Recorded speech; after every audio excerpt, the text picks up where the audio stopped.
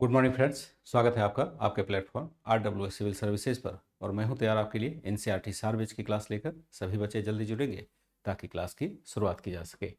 ध्यान रखिएगा, अभी आज कोशिश करेंगे कि अवध और बंगाल के बारे में अधिक जानकारी प्राप्त करें। हालांकि NCERT में बहुत डिटेल्स नहीं दिया गया है, जितना डिटेल्स हम लोग एडवांस लेवल के क्लास में पढ़ते हैं। तो यही इसकी खासियत भी है। यहाँ हम लोग बेसिक चीज़ों को देखते हैं, एडवांस पर एडवांस लेवल की बातों को करेंगे। अगर सारे एडवांस वाली बातें यहीं हो जाएगी तो फिर आगे का क्या मतलब होगा, आगे समझ हमारी विकसित उस प्रकार से नहीं हो पाएगी। तो आशा करता हूँ कि सभी बच्चे अभी तक की क्लास को समझ चुके होंगे। और जब यहाँ देखिए, मुख्य परीक्षा के लिए भी यहाँ से प्रश्न बनेंगे। जब ज़रूरत होगी तो मैं आपको मुख्य परीक्षा के लिए भी प्रश्न देता हुआ चलूँगा। तो कुछ चैप्टर फिनिश हो जाता है, जैसे यही चैप्टर फिनिश हो जाएगा तो हो सकता है कि यहाँ पर एक प्रश्न आपको दे दिए जाए ताकि आप आंसर लिख करके भेज सकें। अभी लेकिन चैप्टर फिनिश होने में 2 से 3 दिन का समय लग सकता है। कोशिश करूँगा कि अगर PDF बन जाता है तो बहुत क्रक्स यहाँ नहीं है कि मतलब जिसको समझने के लिए बहुत विशेष तौर पर लिखने की आवश्यकता हो। तो अगर उसको यूज करें तो जल्दी हो पाएगा। जहाँ तक आपने कल एक बच्चे ने मेंशन किया था कि नोट्स फिर साथ साथ नहीं बन पाएगा, तो कुछ दिन के लिए, कुछ दिन की बात है, कोर्स भी तो समय पर समाप्त होना ज़रूरी है। अगर कोर्स समाप्त करना है तो कहीं ना कहीं कंप्रोमाइज़ करना पड़ेगा। यह तो मैं हूँ कि मैंने लिख करके प्रक्रिया डेवलप की है, जो आपको अच्छा लगता है, आपका नोट्स भी बनता है। लेकिन अदरवाइज़ किसी क्लास में पूरा नोट्स इतिहास पूरा लिखा दिया जाएगा, यह तो संभव नहीं है। तो मुझे आदत है, याद है सारी बातें, तो मैं उसको लिख देता हूँ बोर्ड पर एक्सटेम्पोर। तो वह तो वैसे भी अव्यवहारिक प्रक्रिया है। लेकिन देखते हैं, जहाँ मतलब आपके हितों से कोई कंप्रोमाइज़ नहीं किया जाएगा, यह आप विश्वास करके चलें। ठीक है बच्चे, एक बार मैं चैट देखूंगा फिर मैं क्लास की शुरुआत करूंगा। वेरी गुड मॉर्निंग सभी बच्चों का। कॉपी भी सबकी बारी बारी से चेक हो रही है। चूँकि बहुत कॉपियाँ होती है तो एकदम से इकट्ठा जो पहले जैसी स्थिति थी। एडवांस वाला बैच कितने मंथ के लिए होता है? एडवांस वाला बैच थोड़ा लंबा चलता है। एडवांस वाला जो बैच होगा वो 8 से 9 महीने का या 10 महीने का भी हो सकता है। एडवांस में जब हम पढ़ाने जाते हैं, देखो दोनों में अंतर क्या है। यहाँ जब हम तैयार करते हैं आपको, तो एक बेसिक जानकारी आपको देते हैं ताकि आपको समझ एक डेवलप हो जाए। क्योंकि अधिकांश बच्चे अभी भी भटकाव के शिकार हैं कि क्या करना चाहिए नहीं करना चाहिए। तो यहाँ से कम सिलेबस की समझ आपको हो जाती है। लेकिन जब एडवांस पर हम जाते हैं तो एडवांस लेवल पर बहुत सारे सब्जेक्ट अन्य भी पढ़ाने होते हैं। जैसे केवल यही नहीं कि हिस्ट्री, पॉलिटी, इकोनॉमी, ज्योग्राफी पढ़ा दिया, साइंस पढ़ा दिया, बल्कि वहाँ पर जितने मुख्य परीक्षा के 14 सब्जेक्ट हैं सब पढ़ाने की ज़रूरत होती है। फिर उसका एक पैकेज होता है आंसर राइटिंग का, जिसमें कि हम लगातार आपको chapter by chapter answer writing मुख्य करवाते हैं, जहाँ प्रसंग होता है। तो वो सब जुड़ जाता है। यानी इंटरव्यू से ठीक पहले का सब कुछ शामिल होता है। ऑप्शनल तो अब है नहीं UPPCS में, तो 6 के 6 पेपर शामिल हो जाते हैं। ऐसे का पार्ट शामिल हो जाता है, आंसर राइटिंग शामिल हो जाता है, प्रारंभिक परीक्षा है, मुख्य परीक्षा है। तो तकरीबन कम से कम भी चलेगा तो वह 10 महीने के आसपास कोर्स चल जाता है, अगर फाउंडेशन बैच की बात की जाए तो। यही है कि फिर हम उसका लाभ तभी उठा पाते हैं जबकि यहाँ पर हमने सब कुछ कर लिया है। ठीक है बच्चे, तो आशा करता हूँ ठीक है।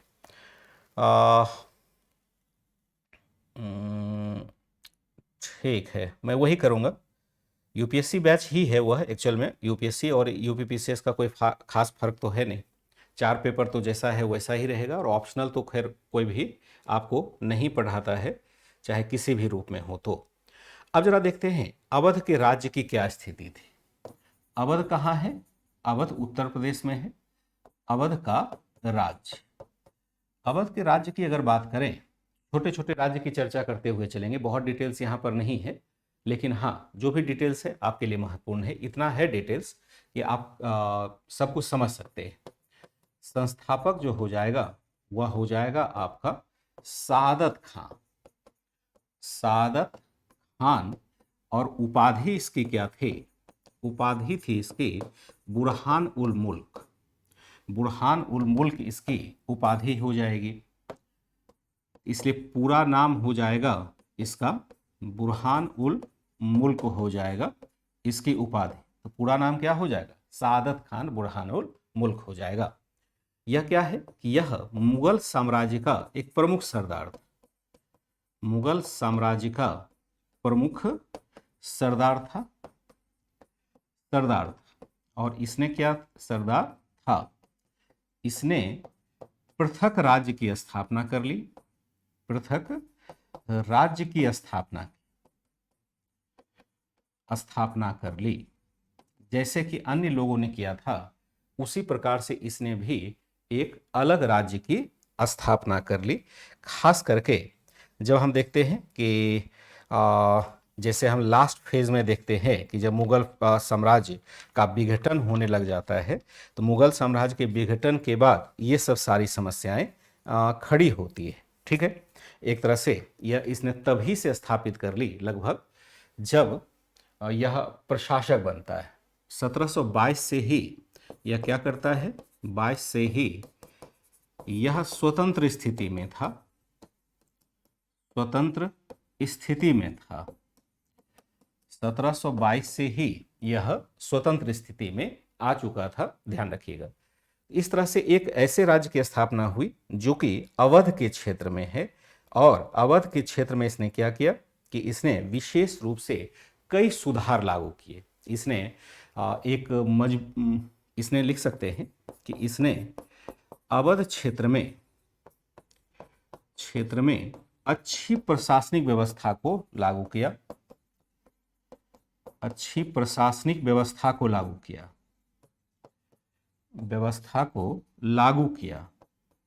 लागू किया तथा 1723 ईस्वी में भूराजस्व बंदोबस्ती की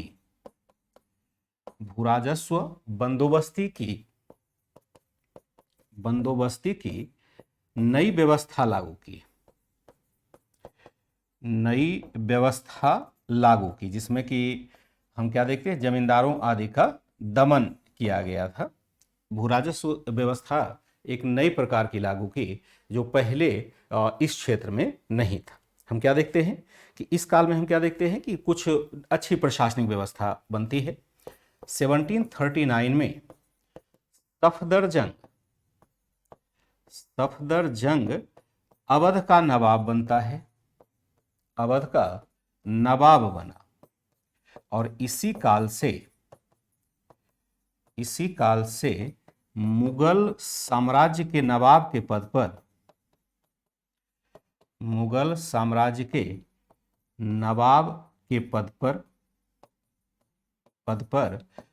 अवध के मुगल साम्राज्य के वजीर के पद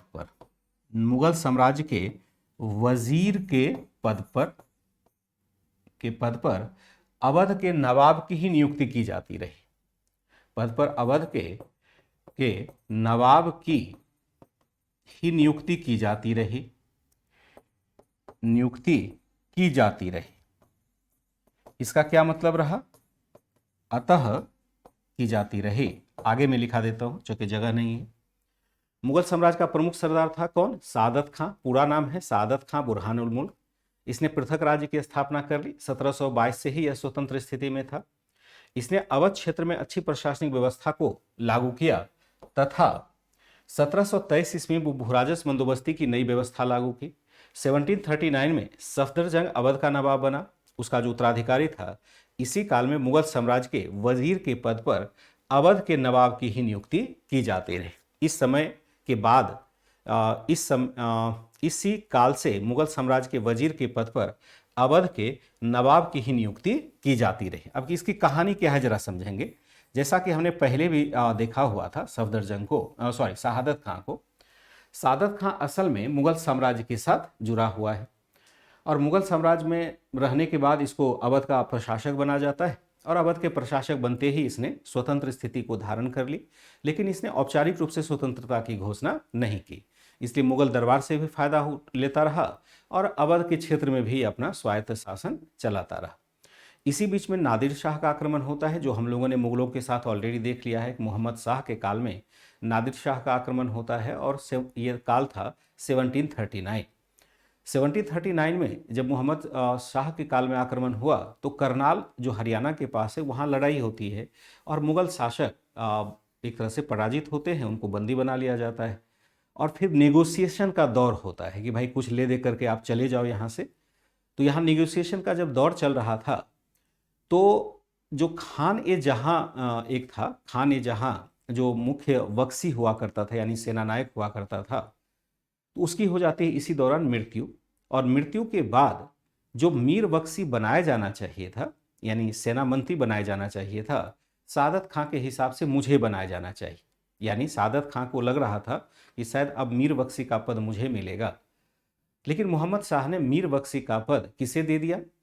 जो पहले ही स्वतंत्र हो चुका था एक राज्य हैदराबाद का, जिसको निजामुल मुल्क ने स्वतंत्र करा लिया था 1724 में, उसको दे दिया। अब शहादत खां को बड़ा गुस्सा आ गया कि इतना सब कुछ सेवा करने के बाद भी मेरी कोई पूछ है नहीं, और उसने एक प्रकार से माना जाता है कि नादिर शाह को यह कह दिया कि जितना नेगोशिएशन आप यहाँ कर रहे हैं उससे कहीं अधिक धन दिल्ली में रखा हुआ है, आप चलिए दिल्ली, आपको अधिक में दिलवा दूंगा। तो चूंकि वह दबाव बनाना चाहता था मुगल बादशाह पर, और इसका दुष्परिणाम क्या हुआ कि नादिर शाह जो करनाल से ही वापस जाने वाला था वह दिल्ली आता है और दिल्ली में भयानक कत्लेआम मचाता है और यहाँ से कोहिनूर हीरा वगैरह लूट के ले जाता है। कल हम लोगों ने पढ़ा था। और जैसे ही यह पोल खुला वैसे ही शहादत खान ने फिर सुसाइड कर लिया, क्योंकि इस कलंक के साथ कि नादिर शाह ने जो मतलब उत्पात मचाया दिल्ली में, इस कलंक के साथ जीना उसका मुश्किल होता। तो उसने सुसाइड कर लिया। सुसाइड करने के बाद, ये बात 39 की है, तो सुसाइड करने के बाद यहाँ पर सफदरजंग अवध का नवाब बना। इसी काल से मुगल साम्राज्य के वजीर के पद पर अवध के नवाब की ही नियुक्ति की जाने लगी। यानी सफदरजंग के काल से ही जो भी वजीर बनेगा वह अवध का नवाब होगा, ऐसा निर्धारित कर दिया, एक परंपरा सी बन गई। तो इसलिए अब इसके काल के बाद हम देखते हैं कि जो नवाब है लखनऊ का, जो अवध का नवाब है, उसको कहा जाने लगा नवाब वजीर, क्योंकि वजीर भी वह पद उसके साथ जुड़ गया था, इसलिए नवाब वजीर कहा जाता था। इसलिए यहां लिखेंगे अतः इसके पश्चात क्या देखते हैं? पश्चात अवध के नवाब को नवाब वजीर कहा जाने लगा। नवाब वजीर कहा जाने लगा। इसको क्या कहा जाने लगा? नवाब वजीर कहा जाने लगा। पहले नवाब कहलाया जाता था, और चूंकि यह वजीर का पद भी इसके साथ जुड़ गया तो इसलिए इसको हम क्या कहने लगते हैं? इसको नवाब वजीर कहने लगते हैं। तो यह एक विशेष हम देखते हैं इसके साथ जुड़ा हुआ है। इसने हमने क्या देखा यहाँ पर? सफदरजंग ने क्या किया? जंग ने किसको पराजित किया? ने बंगस पठान तथा रुहेलों को भी पराजित किया। यही रुहेलखंड है ना, रुहेलखंड यूनिवर्सिटी वगैरह आपने सुना होगा। पठान तथा रुहेलों को भी पराजित किया और इसके लिए उसने इस कार्य में कर देते हैं, इस कार्य में उसने किसका सहारा लिया? उसने मराठों तथा जाटों का भी सहयोग प्राप्त किया।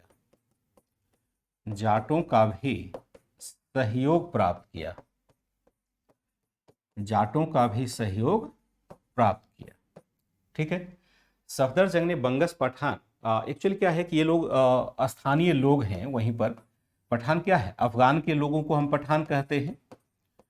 तथा रुहेला जो था, रुहेला एक समूह था, उसको भी इसने पराजित किया और इसके लिए उसने मराठों और जाटों का भी सहयोग प्राप्त किया ताकि इसको पराजित किया जा सके। और रुहेला वाला जो है, रुहेला वाली समस्या इसकी और बनी रहती है।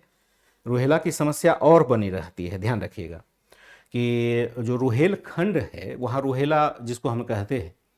तो आगे हम लोग जब अवध को पढ़ेंगे, हो सकता है यहाँ पर मौका ना लगे, एडवांस लेवल पर जब पढ़ेंगे तो वहाँ पर देखेंगे कि जब बक्सर का युद्ध होता है तो बक्सर के बाद फिर एक बार उसमें सुजाउद्दौला हुआ करता था, अवध का प्रशासक, बक्सर के युद्ध के समय। तो वहाँ देखेंगे फिर से एक बार रुहेला के साथ युद्ध होता है और वहाँ एक कॉम्प्लिकेशन भी हो जाता है जिसमें वारेन हेस्टिंग्स के द्वारा हस्तक्षेप किया गया था। तो अगर वहाँ तक आप नहीं सोच पा रहे हैं तो मैं आपको फिर कहता हूँ कि यहीं मतलब यहीं रहिए, क्योंकि इनिशियल बच्चे हैं तो अधिक दूर तक, चूँकि इतिहास की सभी घटनाएं एक दूसरे से जुड़ी हुई होती है, तो जब क्रम हम स्थापित कर लेते हैं कहानी की तरह, जैसे आपको पूछा जाता है ना कि आपके पिताजी कौन हैं, दादाजी कौन हैं, और घर के और छोटे बच्चे कौन हैं, तो आप कैसे फटाफट कह देते हैं कि ये थे, गांव ये है, शहर ये है, राज्य ये है, जिला ये है, सारा चीज़ आप तुरंत कह देते हैं। क्यों? क्योंकि आपने क्रम समझ लिया है कि अगर आपसे परिचय पूछा जाएगा तो आपको क्या क्रम देना चाहिए। इतिहास भी वर्चुअली यही है, इतिहास भी पुरानी घटनाओं का ही अध्ययन करना होता है, और जो घटनाएं होती है वह हमें क्रमबद्धता से एक बार समझ में आ जाए तो फिर तो हम आगे पीछे करके उसको समझ ही लेते हैं, जैसे कि सामान्य दिन की या सामान्य जीवन की घटनाओं को समझते हैं। तो यहाँ पर हमने क्या देखा, मराठों और जाटों का भी सहयोग प्राप्त किया। इसका मतलब यह है, यहाँ एक जो मतलब हमें समझने की जरूरत है, मतलब यह हुआ कि उस काल खंड में देखेंगे जब भी हम मुस्लिम काल कहते हैं भारत का, यानी मध्यकाल, तो वहाँ पर भी कोई धार्मिक अपील कहीं नहीं थी शासकों में। कुछ जो शासक धार्मिक अपील करते थे, यानी धार्मिक तौर पर जो कट्टरता दिखाते थे, वह सिर्फ अपनी राजनीति चमकाने के लिए करते थे। अभी भी वही है, तब भी वही था। धर्म हमेशा एक हथियार के तौर पर यूज होता रहा है सभी के लिए। जैसे मैं धर्म की बात करूं तो मुझे धर्म से कुछ फायदा होगा तभी मैं करूंगा, अदरवाइज मैं धर्म के तरफ नहीं जाऊंगा, ना शासक जाएगा ना व्यक्ति जाएगा। और सामान्य जनता क्या है, उसके चक्र में फंस जाता है। सामान्य जनता को कुछ भी समझ नहीं आता, उसको तो थोड़ा बहुत समय मिलता है, उसी में बहुत सारी रुचियों को देख लेता है। तो सामान्य जनता अगर धार्मिक अपील में फंस जाती है तो वह सांप्रदायिक हो जाती है, फिर वह मुख्य हथियार हो जाता है सांप्रदायिक नेताओं का।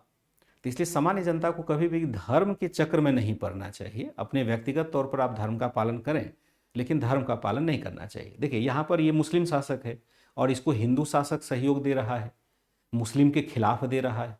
और कई जगह हमने देखा, जैसे कि हल्दी घाटी की युद्ध में देखा था, महाराणा प्रताप अकबर के खिलाफ लड़ रहे थे, तो उस समय एक सूर था, मतलब एक अफगान था, वह उसका राणा प्रताप का मुख्य सेनापति था, और एक हिंदू मान सिंह अकबर की सेना का सेनापति था। तो लड़ाई में कोई हिंदू मुस्लिम नहीं देखा जाता है, क्योंकि मुस्लिम वर्सेस मुस्लिम भी हो सकता है, हिंदू वर्सेस हिंदू भी हो सकता है। तो इसलिए यहाँ पर धार्मिक अपील बहुत जीरो होगा। यहाँ पर हम क्या देखते हैं कि अवध के शासकों ने लखनऊ क्षेत्र में या लखनऊ में एक विशिष्ट लखनवी संस्कृति का विकास किया। शासकों ने लखनऊ में एक विशिष्ट लखनवी संस्कृति का विकास किया। लखनवी संस्कृति अभी भी फेमस है, लखनवी संस्कृति का विकास किया। अब तो खैर मान लो कि बहुत सारे डेमोग्राफिक चेंज हो गए हैं ना। जो पुराना लखनऊ होगा, देखिए लखनऊ दो है, एक नया लखनऊ है, नए तरीके से बसाया गया है। एक जो पुराना लखनऊ है वहाँ पर ये एक अदब वाली स्थिति है, मतलब बोलचाल में एक लहजा ऐसा होता है कि हम आदर सूचक शब्दों के साथ ही दूसरे से वार्ता करते हैं। मतलब ऐसी आवाज़ हमारी होती है कि किसी को पीड़ा ना पहुँचे। मतलब एक विशिष्ट कल्चर ऐसा डेवलप किया गया जिसमें कि बहुत ही मुलायम शब्दों में अपनी बात रखने का तरीका विकसित हुआ। अवध के शासकों ने लखनऊ में एक विशिष्ट लखनवी संस्कृति का विकास किया तथा लखनऊ को विशिष्ट स्थापत्य से भी सजाया, या नए स्थापत्य से सजाया,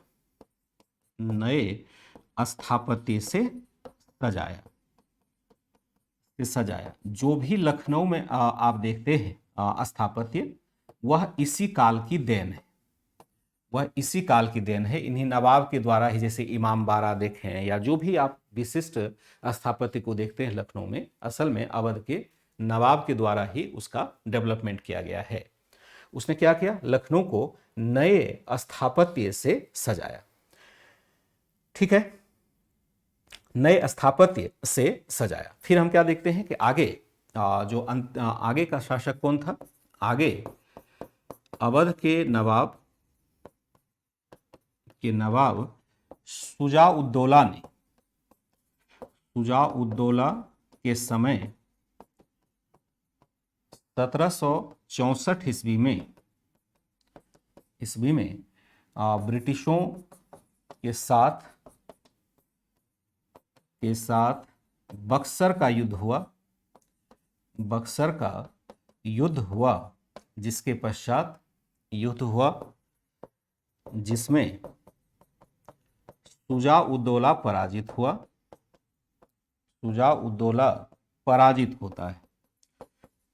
हुआ तथा अवध क्या होता है? अवध ब्रिटिशों का संरक्षित राज्य बन गया।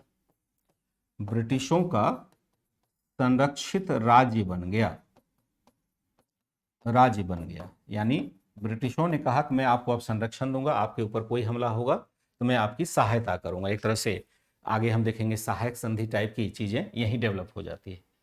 अवध के शासकों ने लखनऊ में एक विशिष्ट लखनवी संस्कृति का विकास किया तथा लखनऊ को नए स्थापत्य से सजाया। आगे अवध के नवाब शुजा-उद-दौला के समय 1764 में ब्रिटिशों के साथ बक्सर का युद्ध हुआ जिसमें शुजा-उद-दौला पराजित होता है तथा अवध ब्रिटिशों का संरक्षित राज्य बन गया। इसके पीछे बड़ी लंबी कहानी है, यहाँ पर एनसीईआरटी में सारी बातें नहीं दी गई है, लेकिन है इसकी बहुत लंबी कहानी। लखनवी संस्कृति का मतलब क्या हुआ? जो लखनऊ में कल्चर का विकास होता है वही तो मैं ऑलरेडी बता चुका हूँ, पता नहीं उसके बाद कहीं खोए रहते हैं। मैं ऑलरेडी बता चुका हूँ कि एक ऐसी सॉफ्ट संस्कृति, ऐसा बोलचाल का लहजा, हमारा ऐसा आचरण, उसको हम एक संस्कृति के रूप में जानते हैं।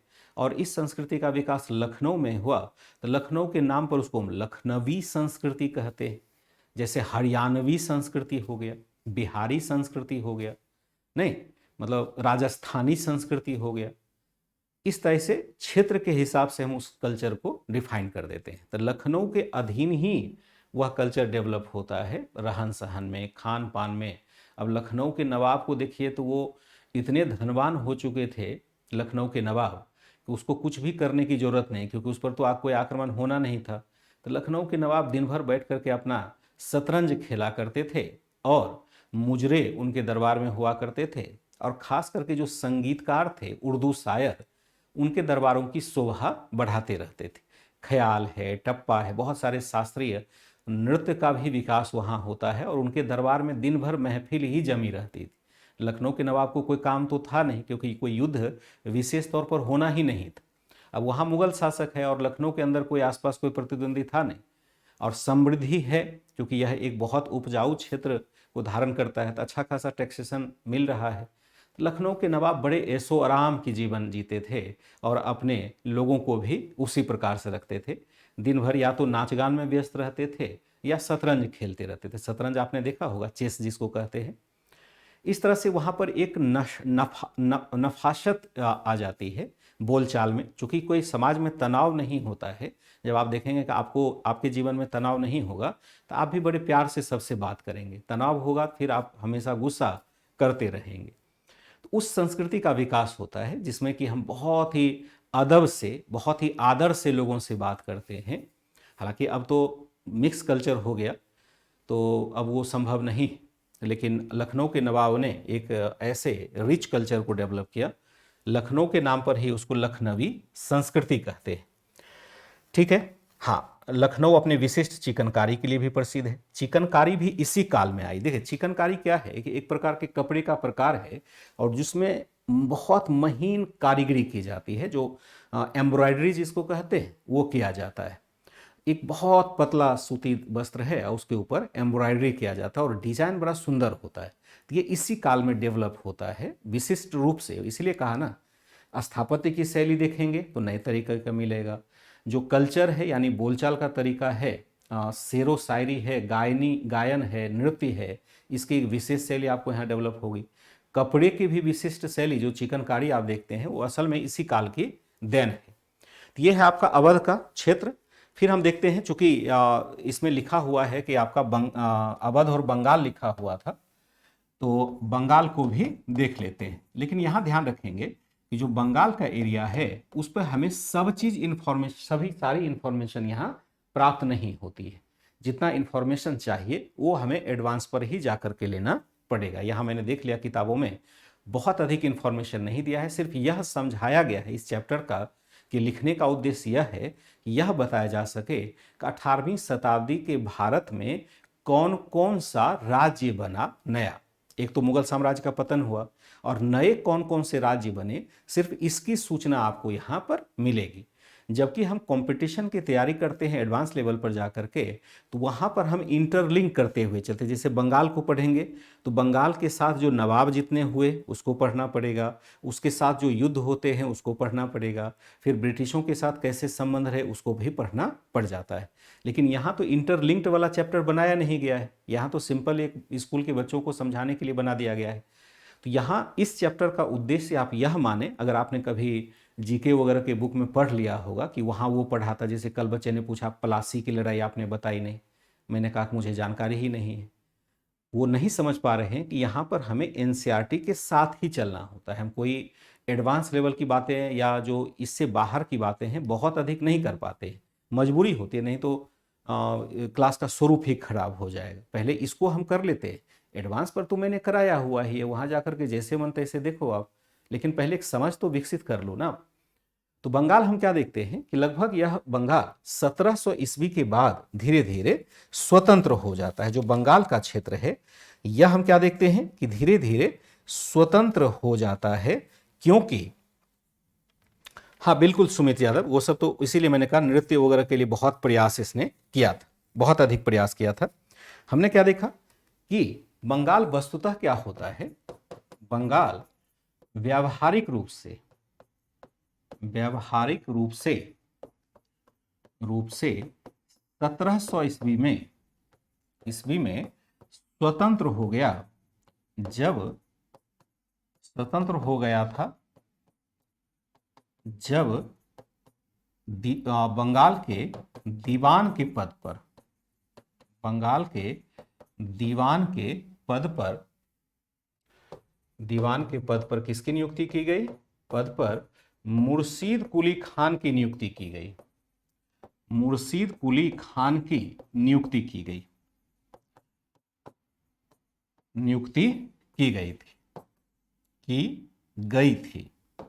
या की गई थी लिख देंगे, की गई थी। मुर्शीद कुली खान क्या होता है, 1717 में यह सूबेदार भी बन जाता है। 1717 ईस्वी में मुर्शीद कुली खान क्या बनता है, मुर्शीद कुली खान बंगाल का सूबेदार भी बन गया। सूबेदार को ही हम क्या कहते हैं, नजीम कहते हैं, सूबेदार भी बन गया। इसके पश्चात हम क्या देखते हैं कि बंगाल औपचारिक रूप से स्वतंत्र हो गया। इसके पश्चात बंगाल क्या होगा, बंगाल औपचारिक रूप से स्वतंत्र हो गया, औपचारिक रूप से स्वतंत्र हो गया। यानी बंगाल पर अब मुगलों की सत्ता नहीं रही, हालांकि घोषित किसी ने नहीं कहा। अवध को भी देखेंगे यह भी स्वतंत्र है, लेकिन यह घोषणा नहीं करता है कि मैं स्वतंत्र हो चुका हूं। अगर कुछ टैक्स मांगा जाता है तो दे भी दिया जाता है। मुर्शीद कुली खान भी स्वतंत्र हो चुका है, लेकिन इसने कभी स्वतंत्रता की घोषणा नहीं की, क्योंकि अगर कर भी देता स्वतंत्रता की घोषणा तो उसे कोई फर्क नहीं पड़ता, क्योंकि कोई ऐसी सेना नहीं थी कि जो इसके दमन के लिए मुगल बादशाह द्वारा भेजा जाता, क्योंकि मुगल बादशाह का शासन तो बहुत लिमिट दायरे में रह गया है। इस समय आप देखेंगे कि फर्रुखसियर का शासन काल चल रहा था 1717 में, क्योंकि फर्रुखसियर 1719 तक रहा है। तो इतनी क्षमता ही नहीं थी किसी भी शासक के पास, मुगल शासक के पास, वह प्रांतीय किसी भी सरदार को दबा सके, क्योंकि ये भी पावरफुल थे, तभी तो इन्होंने स्वतंत्रता की स्थापना की। और असल में मुगल बादशाह शासन नहीं चला रहा है, बल्कि चला कौन रहा है, उसके जो अधिकारी हैं वही चला रहा है। तो अधिकारी फिर दूसरे अधिकारी पर हमला कैसे करेगा, फिर भारी विवाद हो जाएगा। इसलिए सब लोग अपने अपने घर में बने रहे और सब धीरे धीरे स्वतंत्र भी होता चला गया। स्वतंत्र हुआ, लेकिन इसने स्वतंत्रता की घोषणा नहीं की, लेकिन औपचारिक रूप से हम क्या देखते हैं कि यह स्वतंत्र हो जाता है, भले स्वतंत्रता की घोषणा करे या ना करे। स्वतंत्रता की घोषणा करे या ना करे, हम क्या देखते हैं कि यह स्वतंत्र हो जाता है। इसने क्या किया, एक तरह से इसने बंगाल के राजस्व को बढ़ाने के लिए क्या कर दिया? बढ़ाने के लिए भूमि सुधार पर बल दिया, जिसके तहत बड़े जमींदारों जो बड़े जमींदार थे, जैसे सीताराम होगा, जमींदारों जैसे सीताराम, नाम देखिए कि कभी कभी क्या है ना कि अभी तक तो नहीं पूछा गया है, जीएस वाले भाग में नाम नहीं पूछा गया है, लेकिन तैयार रहना होगा, क्योंकि पहले जब ऑप्शनल हुआ करता था तब ये सब प्रश्न पूछा जाता था। ठीक है, तो सीताराम है, उदय नारायण तथा गुलाम मोहम्मद आदि को पराजित किया।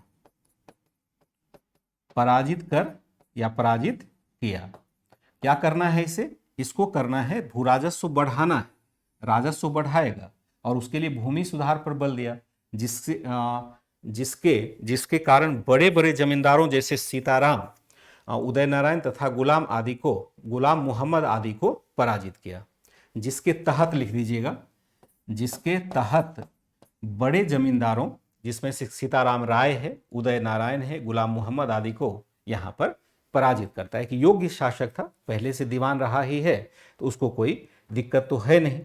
फिर हम क्या देखते हैं कि 1727 में 1727 में कौन बनता है? सुजाउद्दीन, यहां पर नहीं, वहां सुजाउद्दौला था, यहां पर हो जाएगा सुजाउद्दीन शासक बनता है, शासक बना। इसका पुत्र था सुजाउद्दीन। 1727 से लेकर के यह लगभग 10 वर्षों तक कार्य करता है, 10 वर्षों तक कार्य करता है। इसने क्या किया, यहां नहीं लिखा है कि इसने बिहार को भी जीत लिया। 1739 में इसका उत्तराधिकारी सरफराज खान बना,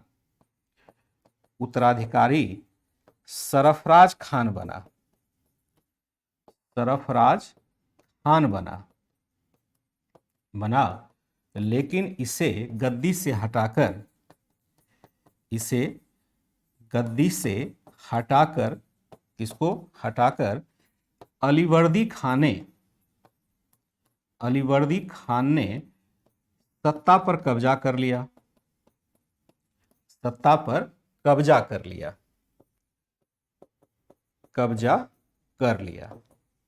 अलीवर्दी खान ने सत्ता पर कब्जा कर लिया। अगर देखिए इसको आप डिटेल्स में, जो आज मैं पढ़ा रहा हूं आपको, अगर इसको डिटेल्स में आपको जानना होगा तो आप चाहें तो सुपर 60 वाला जो क्लास चल रहा है ना, आज जो सुपर 60 की क्लास होगी, आज या कल भी होगी, कल तो नहीं, मान लो मंडे को होगी, तो अभी जो दौर चल रहा है वह उत्तरवर्ती यानी 18वीं सदी का भारत ही वहां पर शुरू कर रहे हैं, जो सुपर 60 की क्लास 11 बजे होती है। और वहां पर हम कुछ ऐसा मटेरियल देते हैं ताकि जो बच्चे अब एग्जाम में जाने वाले हैं उनको किसी प्रकार के फैक्ट्स की दिक्कत ना हो। तो वहां पर इससे अधिक फैक्ट्स आपको मिल जाएगा। एनसीईआरटी फैक्ट्स की कहानी नहीं है, यहाँ पर कॉन्सेप्ट ये बताया जा रहा है कि बंगाल में किस प्रकार की घटनाएं हुई, और इसका डिटेल्स हम लोग अलग से पढ़ते हैं, दूसरे किताबों के माध्यम से पढ़ते हैं एडवांस लेवल पर। अगर आपको रुचि हो कि इसमें और क्या क्या बातें हुई तो आज कल की क्लास या आज और मंडे की क्लास देख सकते हैं, जहाँ की 18वीं शताब्दी के भारत को ही दोबारा पढ़ेंगे। तो अगर आपको इससे अधिक पढ़ने की जरूरत होगी तो वहाँ से आप जुड़ सकते हैं। समय नहीं है तो मत जोड़िएगा, क्योंकि यही आपके लिए काफ़ी है, और जब आप एडवांस पर पढ़ेंगे तो यहीं से आप कंटिन्यू करिए।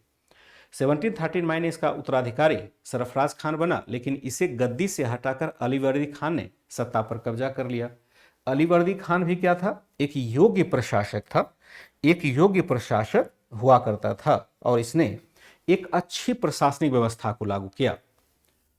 अलीवर्दी खान का है, अलीवर्दी खान एक योग्य प्रशासक था, योग्य प्रशासक था। इसने क्या था? प्रशासक था। इसने बंगाल में अच्छी व्यवस्था को, अच्छी प्रशासनिक व्यवस्था को लागू किया। प्रशासनिक व्यवस्था को लागू किया, यूरोपियों के साथ विशेष संबंध बनाए रखे, वो लागू किया, यूरोपियों के साथ या यूरोपीय कंपनियों के साथ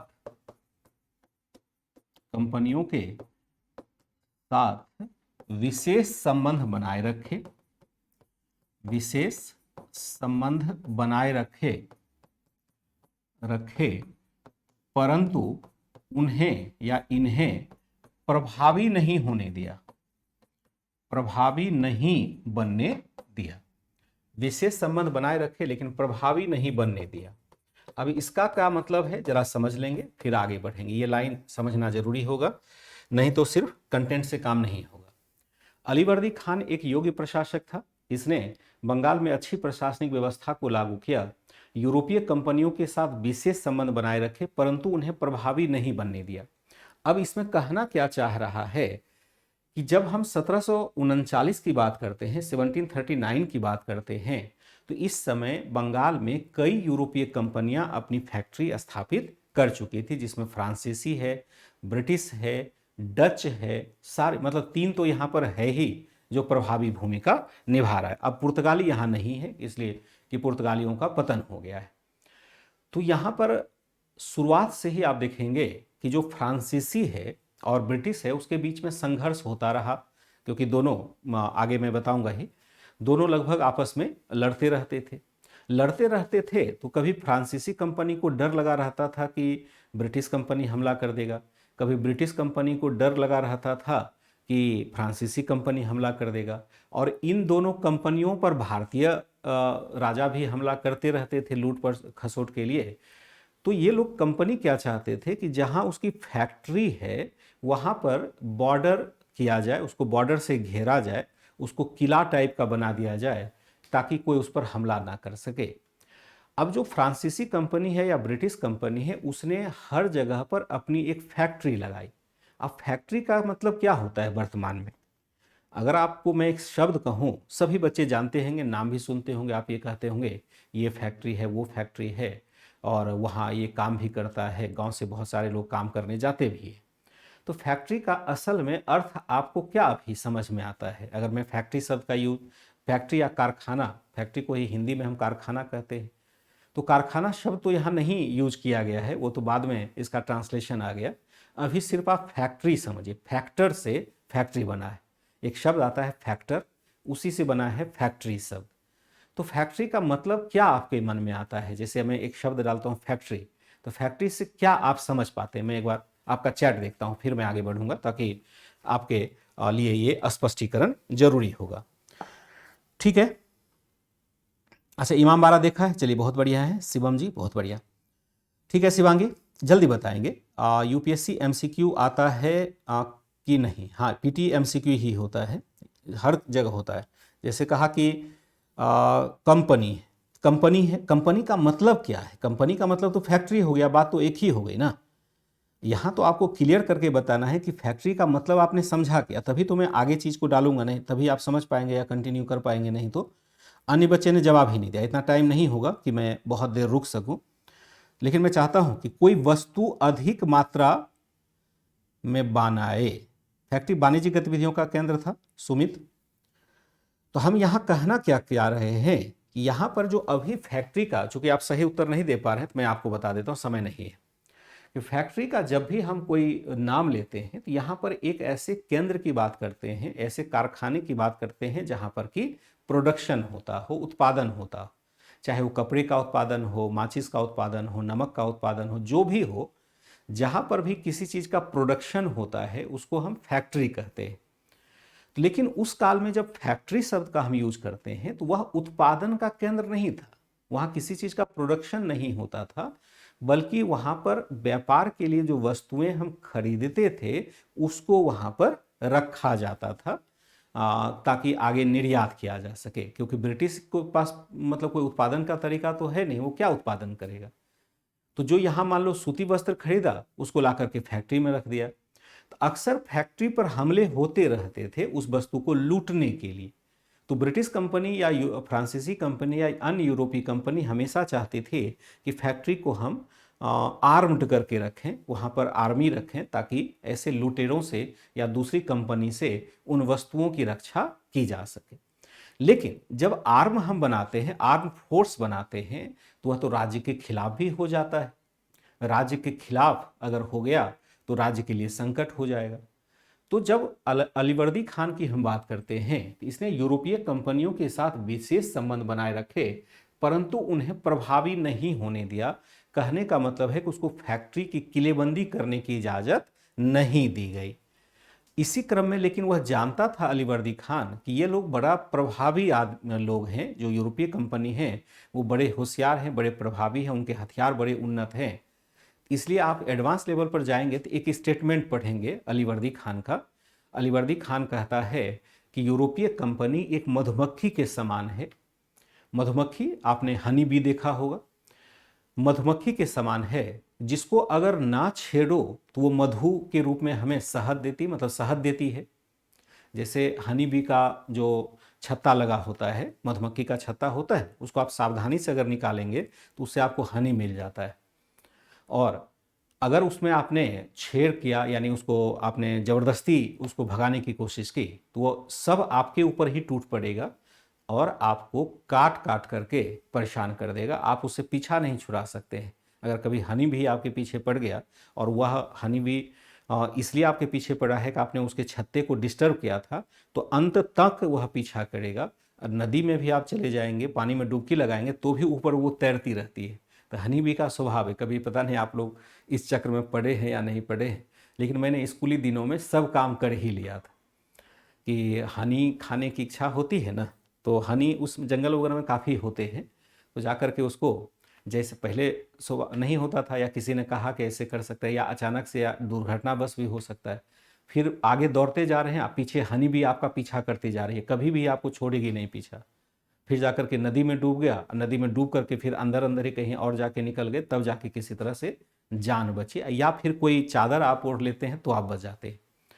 तो यही एडजेक्ट कहना चाह रहा था अलीवर्दी खान कि इसको हम नहीं छेड़ते हैं, नहीं छेड़ेंगे तो ये मधु जैसा हमें लाभ देगी। यहाँ मधु का मतलब क्या है, ये जो व्यापार कर रही है इससे हमें बहुत अधिक बेनिफिट मिलेगा। लेकिन अगर इसे हम छेड़ते हैं तो ये काट काट करके, डंक मार मार के मार देगी।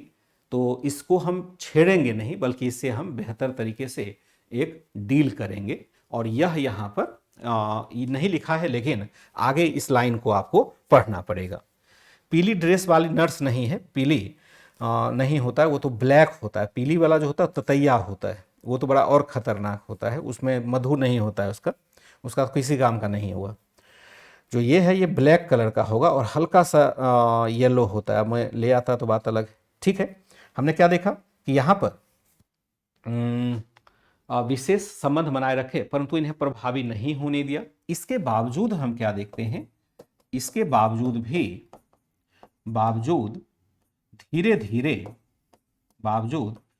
धीरे धीरे बंगाल में यूरोपीय कंपनियों की प्रतिस्पर्धा बढ़ती चली गई।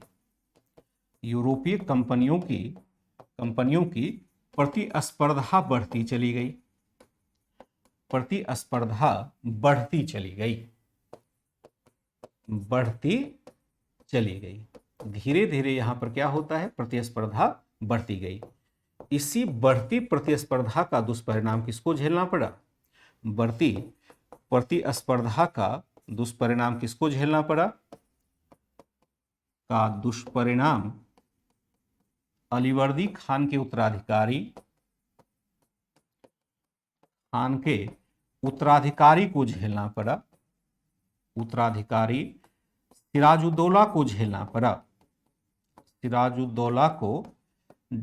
पड़ा, जबकि कंपनी ने सिराजुद्दौला को झेलना पड़ा, जबकि कंपनी ने क्या किया, जबकि कंपनी ने सिराज के या सिराजुद्दौला के भ्रष्ट अधिकारियों का सहारा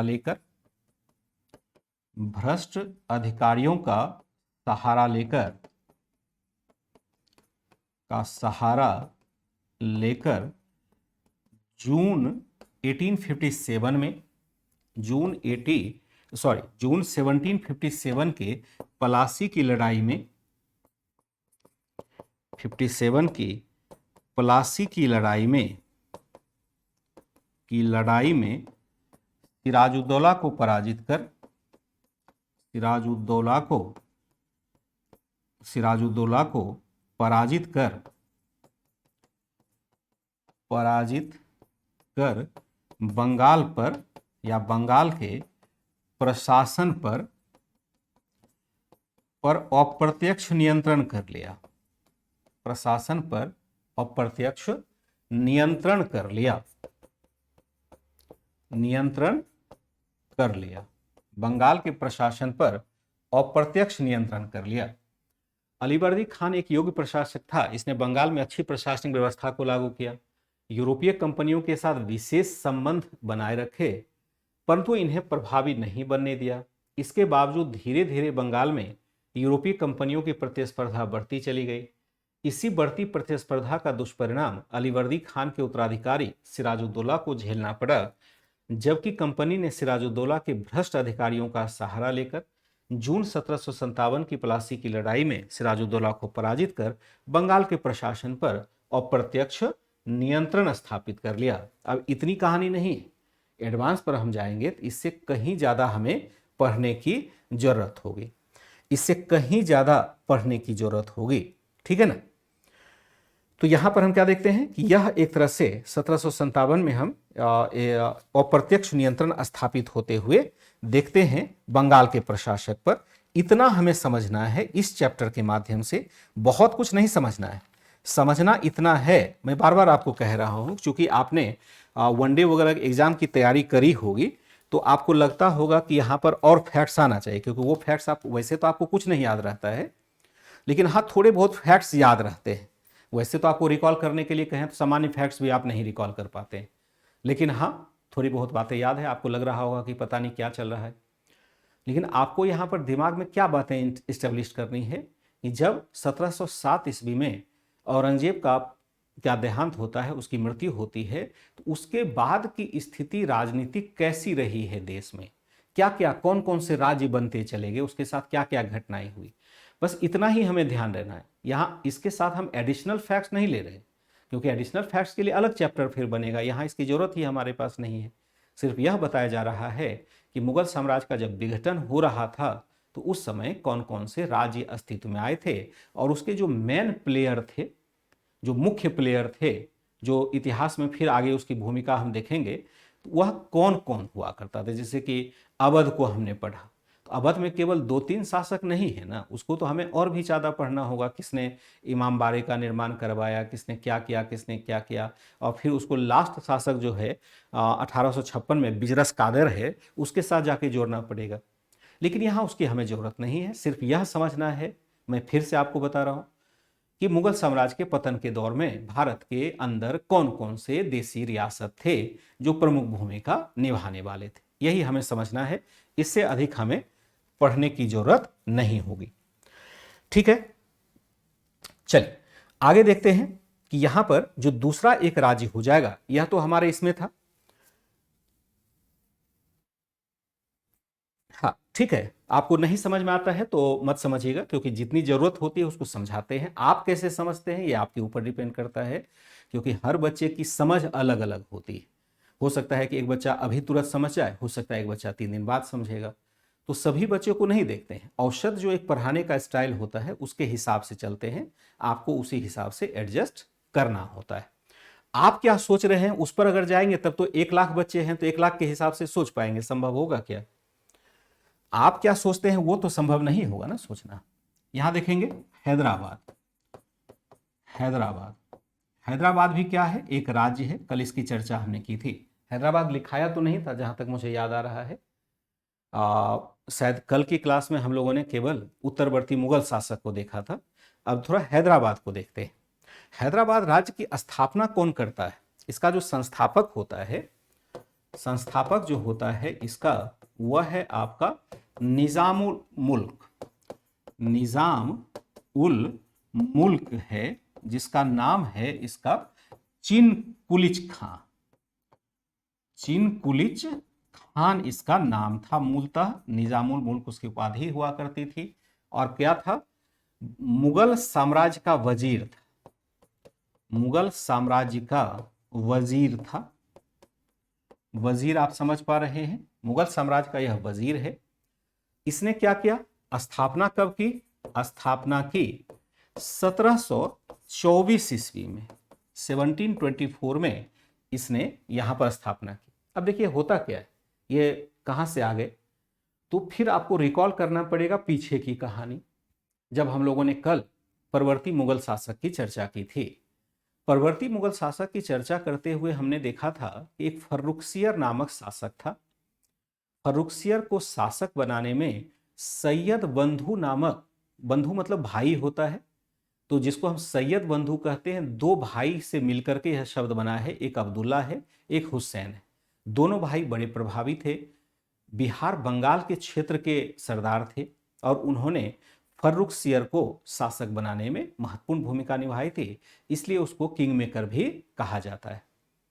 तो जब फर्रुखसियर का पतन होता है सैयद बंधु के हाथों ही, चूंकि सैयद बंधु के खिलाफ षड्यंत्र कर रहा था, ये सब बातें मैं कर चुका हूं, तो इसलिए मैं इसको खाली ब्रीफ कर दे रहा हूं, खाली रिकॉल करा देता हूं आपको कि जब सैयद बंधु के हाथों पतन होता है तो सैयद बंधु ने फिर छोटे छोटे शाहजादाओं को बादशाह बनाने की चाल चली, जिसमें रफ़ी उद्जारत है, रफ़ी उद्दौला है, और एक नेकुसियर का भी नाम आता है। तो नेकुसियर बहुत स्पष्ट नहीं है कि वो था या नहीं था। इसके बाद जब दोनों मर जाता है, चूंकि वो दोनों पहले से टीबी से ग्रस्त था, तो फिर एक तीसरा शाहजादा था जिसका नाम रोशन अख्तर था, उसको मुगल बादशाह बना दिया। और मुगल बादशाह बना दिया किस नाम से, तो मोहम्मद शाह के नाम से बना दिया। हम लोग पढ़ चुके हैं ऑलरेडी, अगर रिकॉल नहीं कर पा रहे हैं इसका मतलब कल की क्लास आपने नहीं की है, या फिर आपने मैटर दोबारा नहीं पढ़ा है। अगर आप रिकॉल नहीं कर पा रहे हैं इसका मतलब आप क्लास में नहीं है, कल की क्लास में भी आप नहीं थे। तो मोहम्मद शाह को शासक बनाया। अब मोहम्मद शाह जब शासक बना तो क्या वह चाहेगा कि सैयद बंधु हमारे खिलाफ उसी तरह से प्रभावी बने रहे और फिर राजा जो बादशाह है वह उसका कठपुतली बना रहे? तो यहां पर एक षड्यंत्र प्रारंभ होता है, और षड्यंत्र प्रारंभ होने में, जैसे बनाया तो सैयद बंधु ने था, लेकिन मोहम्मद शाह ने एक नए व्यक्ति को पकड़ लिया जिसका नाम था निजामुल मुल्क। एक अमीन खान भी था, जैसा हमने पहले ही पढ़ा है। तो निजामुल मुल्क और अमीन खान जैसे नेताओं ने क्या किया, एक षड्यंत्र किया, और षड्यंत्र करने के बाद यहां पर सैयद बंधु को पकड़ करके मार डाला गया। उसके बाद सैयद बंधु से पिंड छूट गया। अब यहां पर आप देखेंगे कि दरबार में बहुत सारे गुट बने होते हैं, अलग अलग जो क्षेत्र के सेनानायक हैं, अधिकारी हैं, वो अपने गुट बना लेते हैं। कल भी इसकी हमने चर्चा की थी। और मुगल दरबार में ये गुटबंदी की समस्या बड़ा भारी है। यहाँ पर 3 प्रकार के अमीर समूह हैं। एक है ईरानी। ईरानी का मतलब क्या हुआ कि जो ईरान से बिलोंग करता है। तो जितने भी अधिकारी ईरान से बिलोंग करते थे सब एक हो जाता है। जैसे हमने जहांदार शाह के समय देखा था जुल्फिकार खान को, तो वह ईरानी समूह का हुआ करता था। दूसरा जो समूह था वह था तुरानी। ईरानी, दूसरा समूह क्या था, तुरानी था। तुरानी समूह क्या कहलाएगा, वह कहलाएगा जो मध्य एशिया का है, रैदर देन आपका ईरान। यानी ईरान से ऊपर का जो भी अमीर समूह है वह अपने आप को तुरानी कहेगा। और तीसरा समूह है हिंदुस्तानी, यानी जो हिंदुस्तान का समूह है, हिंदुस्तान का मुसलमान हिंदू जो भी है वह हिंदुस्तानी समूह का अमीर कहलाएगा। तो हमेशा हिंदुस्तानी समूह के अमीर को बहुत अधिक प्रतिष्ठा कभी भी दरबार में मिली ही नहीं। तुरानी या ईरानी अमीर हमेशा प्रभावी रहे। जैसे कि पहली बार आप युद्ध शुरू होता है तो जो ईरानी दल था वो प्रभावी हो गया। फिर देखते हैं बीच में हिंदुस्तानी दल, जो सैयद बंधु है वो हिंदुस्तानी दल से बिलोंग करता है, तो हिंदुस्तानी दल प्रभावी हो गया। लेकिन फाइनली हम क्या देखते हैं, तुरानी दल प्रभावी होता है। और जो निजामुल मुल्क देखते हैं यह एक्चुअल में तुरानी समूह का नेता था, और इसने एक षड्यंत्र किया। और हिंदुस्तानियों के प्रति तो वैसे भी दरबार में एक प्रकार से नस्ल भेद तो था ही, चाहे वो मुसलमान हो चाहे हिंदू। जब भी आप दरबार की बात करेंगे, मुगल दरबार की बात करें, सुल्तान के दरबार की बात करें, तो वहाँ पर हिंदुस्तानियों को अच्छे नज़र से नहीं देखा जाता था। जो हिंदुस्तानी, भले वो मुसलमान ही क्यों ना हो, शुरुआत में तो इसलिए नहीं देखा जाता था कि जो हिंदुस्तान का मुसलमान है वो कन्वर्टेड, वो लोग मानते थे कि हम लोग असल मुसलमान हैं। अब ये लोग कन्वर्टेड है तो इसमें कुछ हिंदू वाला भी गुण रह गया होगा, इसलिए बहुत प्रतिष्ठा की नज़र से इसको नहीं देखा जाता था। लेकिन अब जो कन्वर्जन हुआ उसको भी 10 पीढ़ी बीत चुका है, यानी ये भी अब पक्का मुसलमान बन चुका है, तो भला इसके प्रति हमें नस्लीय भेद नहीं रखना चाहिए, लेकिन यह नस्लीय भेद होता रहा। इसी क्रम में हम क्या देखते हैं कि जब हिंदुस्तानी दल प्रभावी हुआ, सैयद बंधु वाला, तो तुरानी दल फिर सोचने लगा कि ये कैसे हो गया, कि ये लोग कहाँ से आ गए, मतलब जाहिल गवार इसको मानते थे कि इसके पास नसाफत नहीं है, ये कहाँ से आ गए। तो फिर इसको हटाने के लिए षड्यंत्र किया गया और निज़ामुल मुल्क ने हटा दिया। निज़ामुल मुल्क उसके बाद वजीर बन जाता है, और लेकिन जैसे ही हम देखते हैं वजीर बनता है तो मोहम्मद शाह जो थे वो रंगीन हो जाते हैं, यानी ऐश मौज में खो जाते हैं। तो जब देखा, चूंकि ये ईमानदार व्यक्ति था, इसने जब देखा कि भाई यहाँ पर कुछ होने वाला नहीं है, इस शासन का सुधार नहीं होने वाला है, तो उसने दक्षिण जाकर के अपने स्वतंत्र राज्य की स्थापना कर ली, जिसको हम हैदराबाद राज्य कहते हैं। माना जाता है कि मराठों ने भी सहयोग दिया, और जब मुगल सेनापति ने हमला किया तो वह तो खुद ही बहुत बड़ा सेनापति था, उसने सकरखेरा के युद्ध में इसको पराजित भी कर दिया। तो कहने का संदर्भ है कि यहाँ पर वह जो निज़ामुल मुल्क अभी तक मुगल साम्राज्य के लिए लड़ रहा था, उसने ही जाकर के अलग से अपने राज्य की स्थापना कर ली हैदराबाद के क्षेत्र में। इस क्रम में हम क्या देखते हैं कि इस क्रम में उसने एक तरह से इसने क्या किया, इसने धार्मिक सहिष्णुता की नीति अपनाई। इसने क्या किया, इसने धार्मिक सहिष्णुता की नीति अपनाई, धार्मिक सहिष्णुता की नीति अपनाई।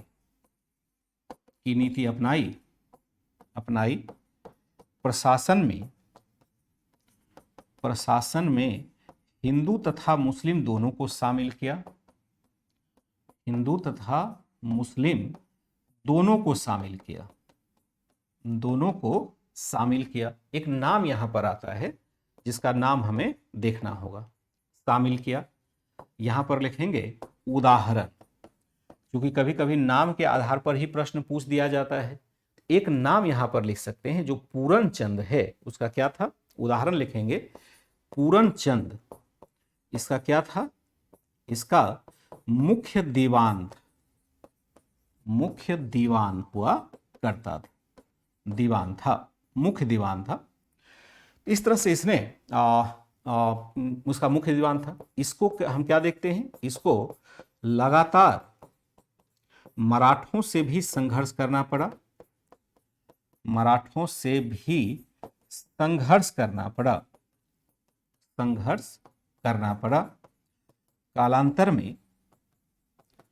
कालांतर में यह राज्य भी उसी बुराई का शिकार हो गया,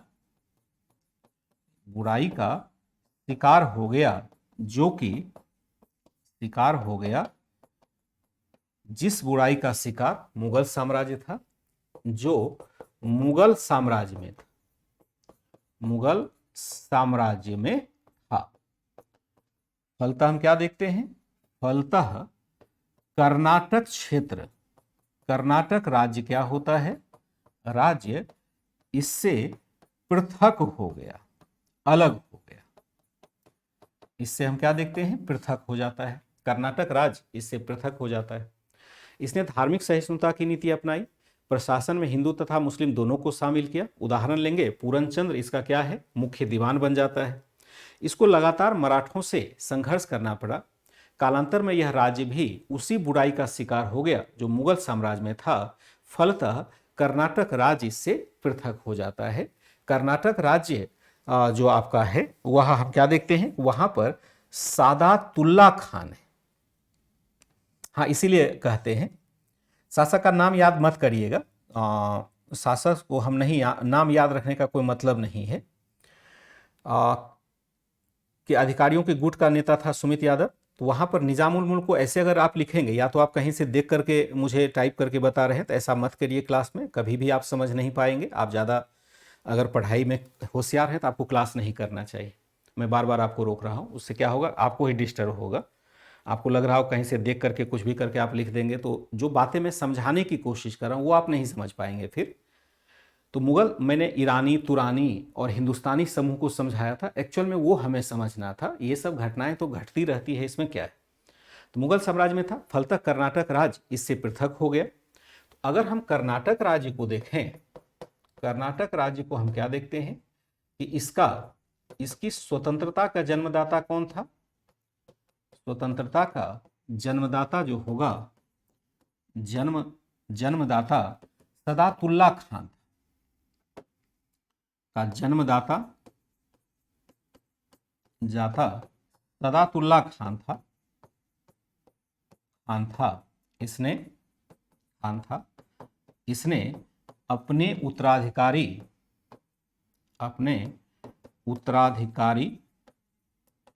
इसलिए हम कर्नाटक की चर्चा कर रहे हैं कि आगे जब यूरोपीय कंपनियों की बात करेंगे, जब ब्रिटिश, और अभी तो हम क्या देख रहे हैं कि पहले 18वीं सदी के भारत को देख रहे हैं कि यहाँ क्यों कौन कौन से राज्य थे।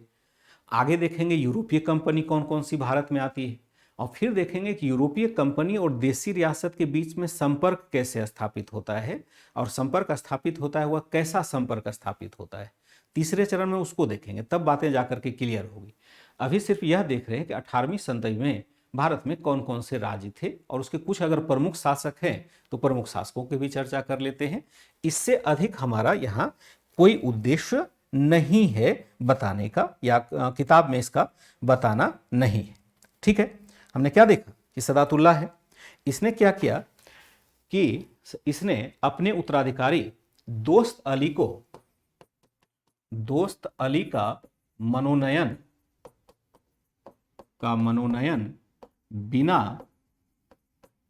बिना हैदराबाद के निजाम की स्वीकृति के ही कर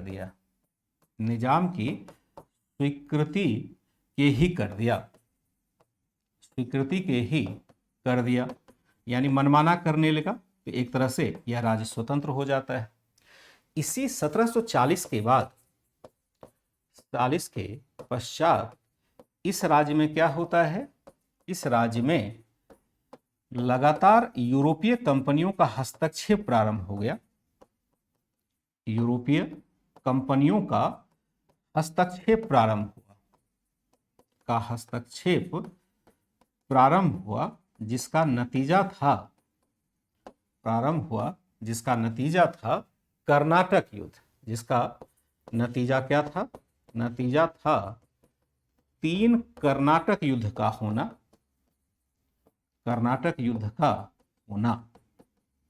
होना, जिनमें या जिनके पश्चात कर्नाटक राज्य पर क्या होता है? कर्नाटक राज्य पर ब्रिटिशों का कब्जा हो गया। अब यहां पर हम क्या देखते हैं, एक आगे चल करके एडवांस पर आपको देखना पड़ेगा, और वह होगा आपका कर्नाटक युद्ध। यहां चर्चा नहीं कर सकते हैं क्योंकि है ही नहीं। कर्नाटक युद्ध की चर्चा आगे होगी। चर्चा हम क्या करेंगे? चर्चा आगे की जाएगी, क्योंकि यहां पर इसका परिप्रेक्ष्य नहीं है। यहां सिर्फ यह बताया जा रहा है कि कौन कौन से राज्य बने थे इस बीच में, सिर्फ यही बताना है। अब कर्नाटक का क्षेत्र अगर देखें तो वर्तमान अगर राज्य को देखें, अगर आपके पास भारत का नक्शा होगा तो अगर भारत का नक्शा आप देखें तो भारत का नक्शा अगर देखें तो आपको देखिए, ये तो काम आपको करना पड़ेगा ना कि भारत का नक्शा खुद ही देखना पड़ेगा। तो अब सामने अगर मैप आप पढ़ते हैं मेरे साथ, तो आप सामने मैप का भी बुक रखिए, जो एटलस की बुक मैंने कही थी, स्कूल में भी पढ़ा होगा तो भी होगा, और वहाँ पर फटाफट देखिए कर्नाटक कहाँ है। तो वर्तमान में देखें तो कर्नाटक एक अलग जगह पर आपको दिखाई देगा, लेकिन शब्द तो एक ही है। यहाँ पर भी कर्नाटक है और अभी भी हम कर्नाटक राज्य कहते हैं। लेकिन अब कर्नाटक क्या है? एक स्टेट है, स्टेट बाउंड्री है, जो एक संविधान के तहत गठित किया गया है। पहले ऐसा नहीं था। जिस कर्नाटक की हम बात कर रहे हैं असल में वो तमिलनाडु और आंध्र क्षेत्र में हुआ करता था। कैसे? जरा मैप को देख लेते हैं। अगर मैप में आप देखें तो उस समय का जो कर्नाटक एरिया होगा, जैसे अभी का कर्नाटक देखेंगे, यह है, आप मान लीजिए भारत का नक्शा है, और ये उस समय का नक्शा है जिस समय की मैं बात कर रहा हूं। तो अभी आप कर्नाटक देखेंगे तो आपको यहां दिखाई देगा, ये है आपका कर्नाटक, उस समय की बात कर रहे हैं तो। लेकिन अभी अगर आप बात करेंगे तो असल में कर्नाटक जो मैसूर का इलाका है, असल में कर्नाटक वर्तमान में यहां है वर्तमान कर्नाटक। आप समझिए कि अगर हमें मैप ये क्लियर नहीं हो, पहली बार जब मैं पढ़ रहा था स्कूली दिनों में, जैसे आप पढ़ रहे हैं पहली बार, तो ऐसे तो वहां डिजिटल बोर्ड होता नहीं था, वह तो खुद ही समझना होता था, टीचर भी नहीं होते थे। और शुरुआत के दौर में जो प्रारंभिक परीक्षा की तैयारी होती थी उसके लिए कोई कोचिंग भी नहीं होता था। मतलब अगर दिल्ली भी है तो भी यहाँ पर कोई कोचिंग अच्छा नहीं है। धीरे धीरे कोचिंग खुल ही रहे थे, और कुछ कोचिंग थे तो अंग्रेजी माध्यम के थे, एक दो बहुत बड़े राउज वगैरह थे, तो बहुत बड़े कोचिंग थे, तो वहाँ पर भाई जाना संभव ही नहीं था, इतना पैसा भी नहीं था कि जा करके बड़े कोचिंग में दाखिला ले सके। तो गरीब आदमी का कौन सुनता है, फिर अपने से ही सुनाना पड़ता है। तो गरीब आदमी की खासियत होती है, जब पैसा, गरीब का मतलब है पैसा कम है, तो उसकी खासियत होती है, वह भगवान उसको अपने आप रास्ता दिखा देता है। जैसे जिसके पास आप देखेंगे डिसेबिलिटीज़ होती है, जो ब्लाइंड, तो उसका दूसरा सेंस बहुत तेज होता है, सूंघने की शक्ति होती है, वो कान से सुनने की शक्ति उसकी बहुत तेज होती है, उसको एक स्पेशल भगवान पावर जनरेट कर देते हैं। तो जिसके पास संसाधन कम होता है, अगर वो आगे बढ़ना चाहे तो भगवान उसको भी संसाधन दे देते हैं। कैसे? निरंतर प्रयास करने की। तो प्रयास किया, तो जब पढ़ने बैठता था तो देखता था कर्नाटक युद्ध हुआ है और वहां पर मद्रास पर कब्जा कर लिया। ये सब घटनाएं आप कर्नाटक युद्ध में पढ़ेंगे। ये जब कर्नाटक युद्ध पढ़ेंगे तो वहां कहेगा कि कर्नाटक युद्ध हो रहा था और कर्नाटक के शासक ने आगे बढ़ते हुए मद्रास पर कब्जा कर लिया। अब मुझे ये समझ ही नहीं आता था कि कर्नाटक यहाँ है तो मद्रास पर कैसे कब्जा हो जाएगा, मद्रास यहाँ है, कर्नाटक वहाँ है। फिर पढ़ता था कि एक उत्तरी सरकार का डिस्ट्रिक्ट दे दिया गया हैदराबाद को। अब उत्तरी सरकार, नॉर्थ सरकार का डिस्ट्रिक्ट यहाँ है, तो यहाँ है मैसूर, यहाँ है। भला मुझे कभी समझ में नहीं आया। बाद में जब मैप की बुक देखा तब जाकर के समझ में आया कि अच्छा, कर्नाटक तो उस समय यहाँ पर था, इस क्षेत्र की बात हो रही है, ना कि इस क्षेत्र की बात हो रही। यहाँ तो उस समय एक अलग राज्य था जिसको मैसूर कहते हैं। कर्नाटक राज्य कोई था ही नहीं, कर्नाटक क्षेत्र ये था। बाद में हम मैसूर राज्य को जब मिला लेते हैं तो फिर वो कर्नाटक क्षेत्र हो जाता है। तो आशा करता हूं कि आपके पास ये दिक्कत नहीं आ रही होगी। स्पष्ट रूप से मैप देखते रहिएगा, क्योंकि नहीं तो फिर कंफ्यूजन बना ही रहेगा। मैं कितना भी प्रयास करूंगा तब भी आपको फायदा नहीं होगा। तो इसको हम आगे देखेंगे। कर्नाटक के कई युद्ध होते हैं जिसके पश्चात कर्नाटक राज्य पर ब्रिटिशों का कब्जा हो जाता है। हैदराबाद और कर्नाटक के बीच में हम यही करेंगे, ठीक है ना, यही हम करेंगे। केरला भी अलग है, नीचे केरला की चर्चा ही नहीं हो रही है। तो हमने क्या देखा कि जिन्हें कहा केरला है प्रियांशु कुमार, तो इसका मतलब आप नहीं समझ पा रहे। वैसा ही चैट करिए ना जैसा कि मैं समझाना चाहता हूं, तो उससे फायदा क्या होगा कि क्लास फिर टू वे बन पाएगा। यानी जो मैं समझाने की कोशिश कर रहा हो वह आपको मैं समझा पाऊंगा। नहीं तो आप कुछ सोच रहे हैं और हम कुछ और सोच रहे हैं। तो संसाधन अगर नहीं है किसी बच्चे के पास तो क्या करेंगे? हाथ पर हाथ रख करके बैठे रहें कि प्रयास करेंगे? अब तो आपके पास एम्पावरमेंट हो गया है, आपके पास इंटरनेट है, मैं आपके पास हाजिर हूं। अगर यह नहीं हुआ होता, कोरोना काल नहीं आया होता, तो शायद मैं ऑनलाइन में आता ही नहीं, क्योंकि ऑफलाइन तो मज़े से चल रहा था। और वहाँ आप समझिए कि असल कमाई तो वहीं थी, क्योंकि फी बहुत अच्छा होता है उस समय भी। अगर 2018 के बाद को भी देखें तो वहाँ पर भी जब भी फी होता था तो ऑप्शनल के लिए लगभग 48,000 लेते थे, और जीएस के लिए 1 लाख रुपये मिनिमम फी होता था जनरल स्टडीज़ फाउंडेशन बैच के लिए। तो वहाँ जो फैकल्टी को पेमेंट किया जाता था वो बहुत हैंडसम था। मतलब समझो कि उसकी तुलना में तो परिकल्पना भी नहीं कर सकते। लेकिन अब क्या हुआ कि ऑनलाइन में जब आए, कोरोना के काल में मजबूरी हो गई आना, तो सारा ऑफलाइन बंद था। तो उसके बाद धीरे धीरे जब आप मतलब वैसे बच्चों से संपर्क हुआ जिनके पास की बिल्कुल संसाधन नहीं था और उचित गाइडेंस भी नहीं था, क्योंकि ऑनलाइन की दुनिया सबसे बुरी तरह से भ्रष्ट हुई है। क्योंकि बहुत सारे ऐसे, मतलब कहना नहीं चाहिए कि ऐसे टीचर भी हैं जिनको एक्सपीरियंस भी नहीं होता है, खुद भी एग्ज़ाम नहीं समझ पा रहे होते हैं, तो बच्चों को गाइड करना में उनके लिए थोड़ी मुश्किल होती है। लेकिन ऑनलाइन की दुनिया है, यहाँ तो सभी चले जा रहे हैं, बल्कि लाखों लाख व्यूज़ भी लाते हैं। हम लोगों का व्यूज़ भी उतना नहीं आता है, लेकिन प्रयास ये है कि एग्ज़ाम के हिसाब से आपको बताया जाए, क्योंकि अब हम लोग के लिए प्रतिष्ठा यही है कि आप सफल होएं, जो दूर दराज के बच्चे हैं। तो जब इन बच्चों से संपर्क में आया पहली बार 2020 के आसपास, मुझे लगता है कि मैंने ये प्रक्रिया अपनाई। तो 2020 के बाद अब जब संपर्क में आया तो मुझे ये बच्चे अच्छे लगने लगे। मुझे फिर ऑफलाइन में कभी जाने की उतनी इच्छा नहीं होती, जाने का तो मान लो चले जाते हैं, लेकिन उतना नहीं लगता है। मुझे लगता है कि आप ज़्यादा बेहतर हैं, आपको गाइड कर पा रहे हैं कैमरे के माध्यम से भी, तो आपसे कनेक्टिविटी हमारी ज़्यादा बन पा रही है। आपको हम बेहतर तरीके से अब समझने लग गए। एक एक बच्चे का हम नस नस समझते हैं। नस नस समझने मतलब गांव में एक टर्म यूज किया जाता है कि तुम्हारा नस नस समझते हैं, मतलब जो भी आप हरकत करते हैं सभी हम समझ लेते हैं, आपको पता नहीं बिना आपसे मिले हुए। ये एक मतलब लगाव सा हो गया है उन बच्चों से जो कैमरे के पीछे बैठे हुए हैं। और मुझे लगता है कि शायद इनमें से जो बहुत सारे प्रतिभाशाली बच्चे हैं, अगर मैं निरंतर मेहनत करता रहूंगा तो इनकी सफलता जरूर सुनिश्चित हो जाएगी। तो इसलिए आप लोग थोड़ा सा ना अपनी हिम्मत खुद बनाए रखिएगा, प्रयास करिए, बढ़िया से प्रयास कीजिए। कोई दिक्कत होती है पूछिए, लेकिन अगर आप ये अड़ जाएंगे कि मैं ही सर्वश्रेष्ठ हूं और गुरुजी को तो कुछ वैसे नहीं आता है, तो डेवलपमेंट रुक जाएगा। फिर मेरे विचार से तो डेवलपमेंट नहीं होगा मेरे साथ। तो आप यह तो माने कि आपसे मैं अधिक एक्सपीरियंस रखता हूं, तो आपके फायदे के लिए मैं सोच रहा हूं। अगर मैं कुछ भी कहूंगा तो उसमें मेरा कुछ नहीं लेना देना है। मेरी पूर्णता हो चुकी है, मैं पूर्ण हो चुका हूं, मुझे अब किसी प्रकार की इच्छा नहीं है। मैं चाहता हूं कि आप पूर्ण हो जाए, मेरे जैसा पूर्ण हो जाए। मेरे जैसा मतलब मैं पूर्ण नहीं हूं, लेकिन मैं चाहता हूं कि कम से कम जीवन में एक अनुशासन आ जाए, जिसके कारण हम सभी चीज़ों के लिए समय निकाल सके। अभी आप एकदम उलझे रहते हैं, आपको मतलब कुछ भी मतलब अस्त व्यस्त रहते हैं, रात दिन एक किया हुआ है। इतना करने की जरूरत नहीं है। हम लोग भी काम करते हैं भाई, तब भी रात दिन एक नहीं करते हैं, तो आप लोग क्यों इतना कर रहे हैं? तो एक हम अनुशासित लाइफ चाहते हैं आप सभी बच्चों से, जो हमारी इच्छा है। बाकी तो आप सब लोग अपने स्वतंत्र हैं जाने के लिए। तो यह है कर्नाटक।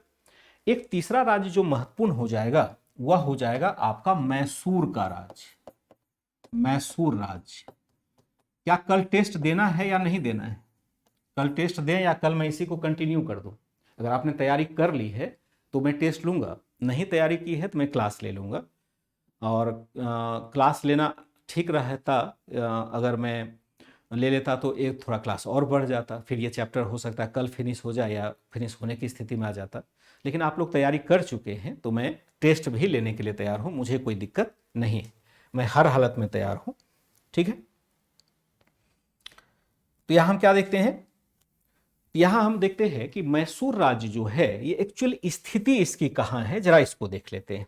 अगर हम यह देखें मैसूर राज्य, तो मैसूर राज्य को हम इस मैप के ऊपर देखें तो अभी हमने जो ब्लैक कलर का इलाका देखा है यह असल में निजाम का राज्य है, जिसको हम हैदराबाद राज्य कहते हैं।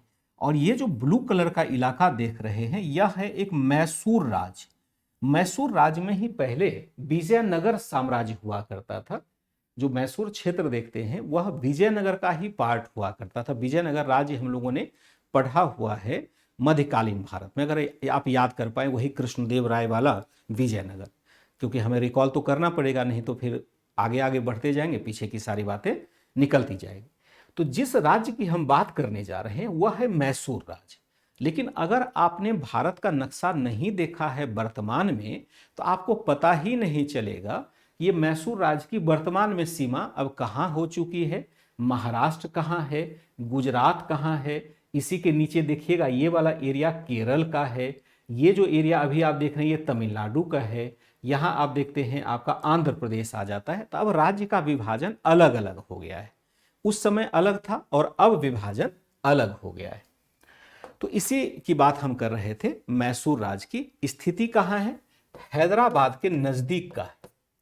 हैदराबाद का पड़ोसी राज्य था, पड़ोसी राज्य यह होता है।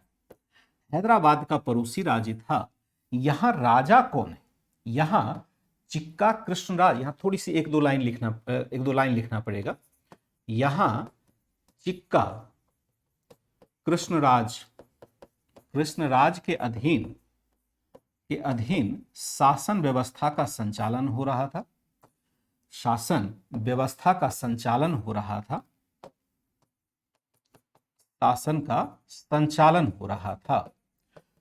संचालन हो रहा था। इस राजा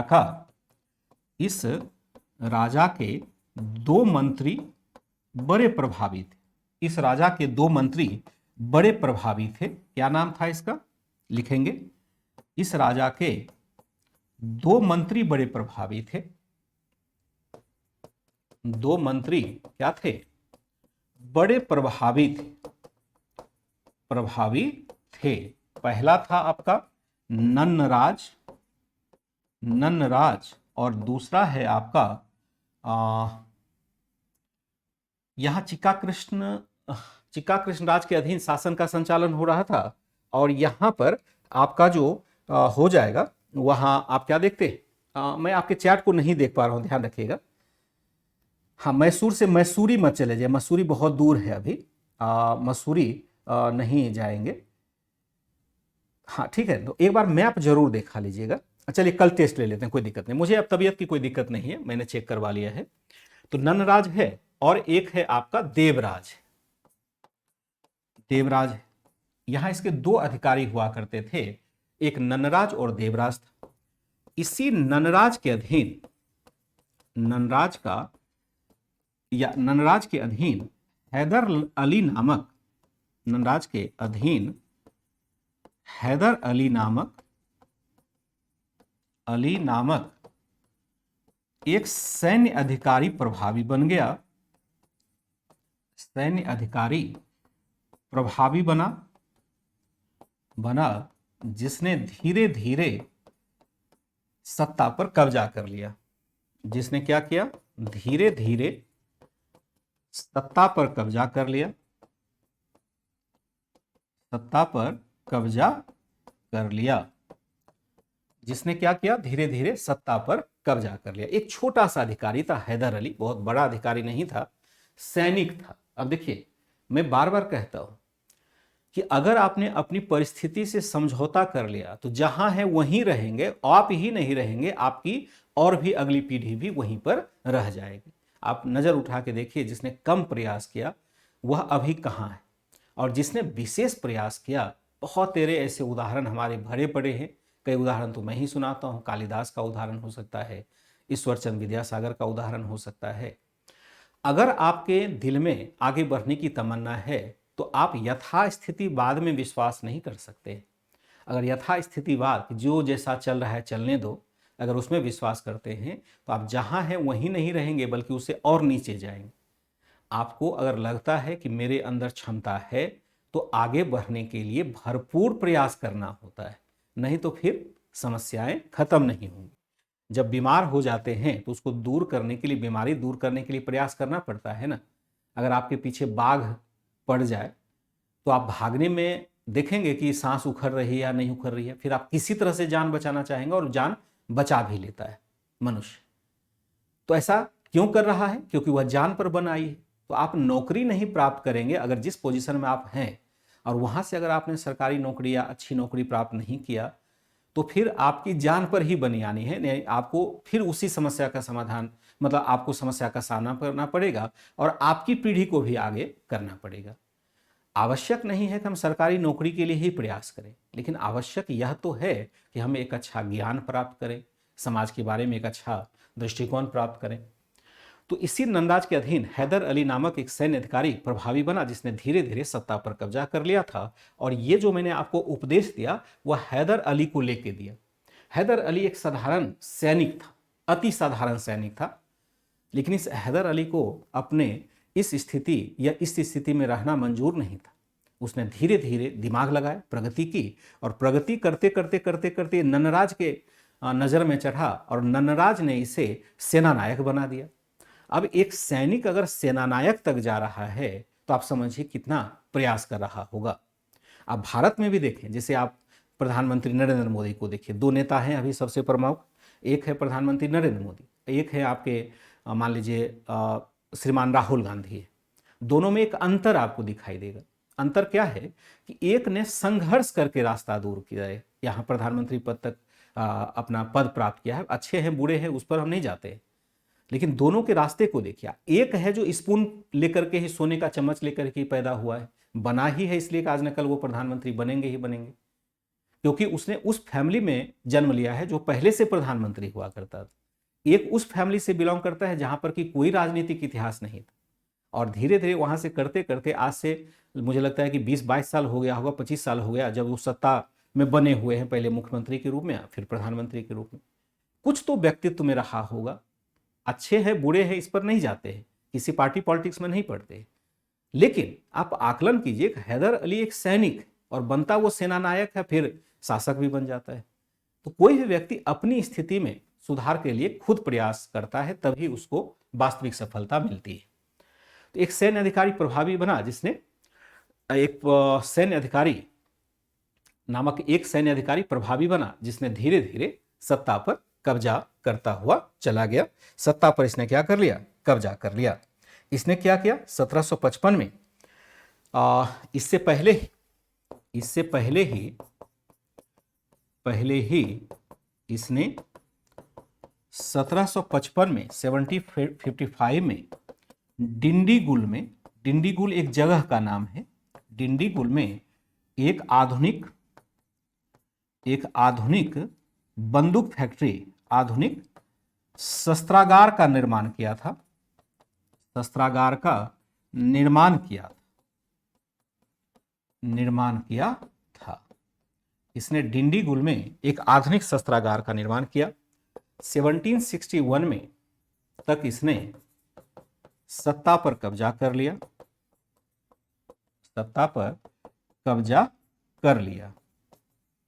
इसने क्या कर लिया? 1761 तक इसने सत्ता पर भी कब्जा कर लिया और अपनी शक्ति को बहुत ही प्रभावी बना लिया, अपने राज्य को बहुत प्रभावी बना लिया। सत्ता पर क्या कर लिया? सत्ता का कब्जा कर लिया। इसने लगातार विजय हासिल कर, इसने लगातार युद्ध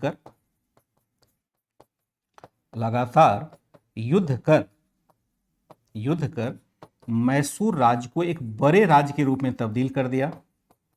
मैसूर राज्य को एक बड़े राज्य के रूप में तब्दील कर दिया, जिसके कारण क्या होता है? जिसके कारण हैदराबाद, मराठा तथा ब्रिटिश तीनों इसके खिलाफ हो गए। इसके खिलाफ हो जाते, तीनों इसके खिलाफ हो जाते। चूंकि ये शक्तिशाली बनेगा तो पड़ोसी राज्यों की कीमत पर ही बनेगा। शक्तिशाली बनेगा तो क्या होगा? शक्तिशाली बनेगा तो कौन बनेगा? तो यहां पर शक्तिशाली बनेगा तो एक तरह से हम क्या देखते हैं? ये शक्तिशाली बनेगा तो पड़ोसी राज्य की कीमत पर ही बनेगा। तो ऐसे में दूसरा राज्य नहीं चाहेगा कि ये शक्तिशाली बने, और इसका प्रतिद्वंदी राज्य कौन से? तो ब्रिटिश भी है, हैदराबाद भी है, और आपका मराठे भी है। अगर मैप को देखें तो आपको स्पष्ट रूप से दिखाई देगा। ये है मैसूर का क्षेत्र। ये चाहेगा कि ये पावरफुल हो? कभी भी नहीं चाहेगा। और जो कर्नाटक का क्षेत्र जीत लिया है ब्रिटिश फ्रांसीसी वगैरह, वो भी नहीं चाहेगा कि ये पावरफुल हो जाए, क्योंकि यह बहुत अधिक संसाधन भी रखता था। और ठीक इसके ऊपर देखिए मराठों का राज्य है, यह भी नहीं चाहेगा प्रभावी बने। और नीचे एक केरल का भी राज्य है, यह भी चाहेगा कि नहीं प्रभावी बने। लेकिन हैदर अली बहुत तेजी से, मजबूती से आगे बढ़ रहा है। तब क्या करेगा? अन्य राज्य इसके खिलाफ षड्यंत्र प्रारंभ करेंगे, जिसका परिणाम क्या होगा? आंग्ल मैसूर युद्ध होगा। इसका परिणाम आंग्ल मैसूर युद्ध हुआ। इसके कारण हैदराबाद, मराठा तथा ब्रिटिश तीनों इसके खिलाफ हो गए। इसी का परिणाम था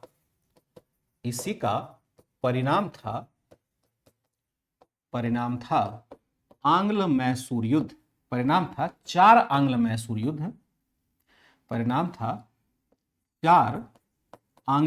युद्ध। आंग्ल मतलब ब्रिटिश होता है, मैसूर मतलब मैसूर हुआ, मैसूर युद्ध, जो हैदर अली उनके पुत्र टीपू सुल्तान तथा ब्रिटिशों के मध्य प्रत्यक्ष रूप से लड़ा गया था, तथा ब्रिटिश कंपनी के मैं फिर से लिख देता हूं, तथा ब्रिटिश कंपनी के मध्य प्रत्यक्ष रूप से लड़ा गया था। ब्रिटिश कंपनी के मध्य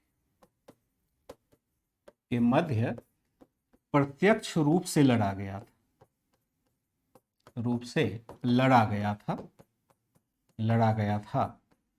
प्रथम युद्ध में हम क्या देखते हैं? प्रथम आंग्ल मैसूर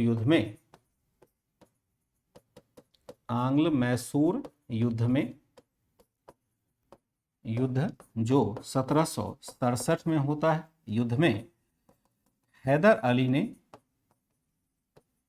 अली ने ब्रिटिशों को बुरी तरह से पराजित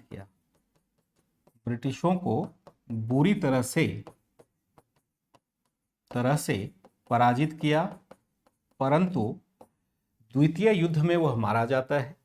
पराजित किया, परंतु द्वितीय युद्ध में क्या होता है? द्वितीय युद्ध में वह ब्रिटिशों के हाथों मारा जाता है। वह 1782 में मारा गया। इसके पश्चात उसके पुत्र टीपू सुल्तान के द्वारा युद्ध का संचालन किया गया।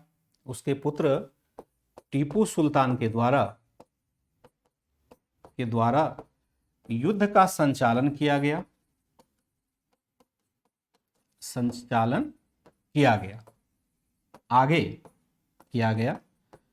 आगे अन्य दो युद्धों में 1799 तक टीपू सुल्तान को भी मार दिया गया। टीपू सुल्तान को भी पराजित कर मार डाला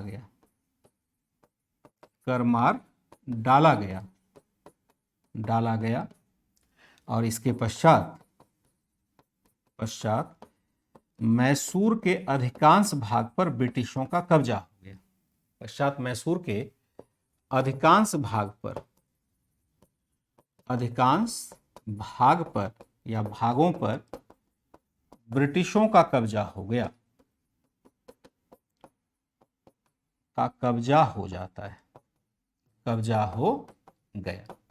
ठीक है, तो आज के क्लास को लेकिन यही रखेंगे, लेकिन ये टॉपिक हमारा चलता रहेगा। मैं एक हेडिंग डाल देता हूं कि इससे हमें आगे पढ़ना है। इसी का परिणाम था 4 आंग्ल मैसूर युद्ध, जो हैदर अली उनके पुत्र टीपू सुल्तान तथा ब्रिटिश कंपनी के मध्य प्रत्यक्ष रूप से लड़ा गया। प्रथम आंग्ल मैसूर युद्ध में हैदर अली ने ब्रिटिशों को बुरी तरह से पराजित किया, मद्रास तक कब्जा हो गया था, परंतु द्वितीय युद्ध में वह 1782 में मारा जाता है। इसके पश्चात उसके पुत्र टीपू सुल्तान के द्वारा युद्ध का संचालन किया गया।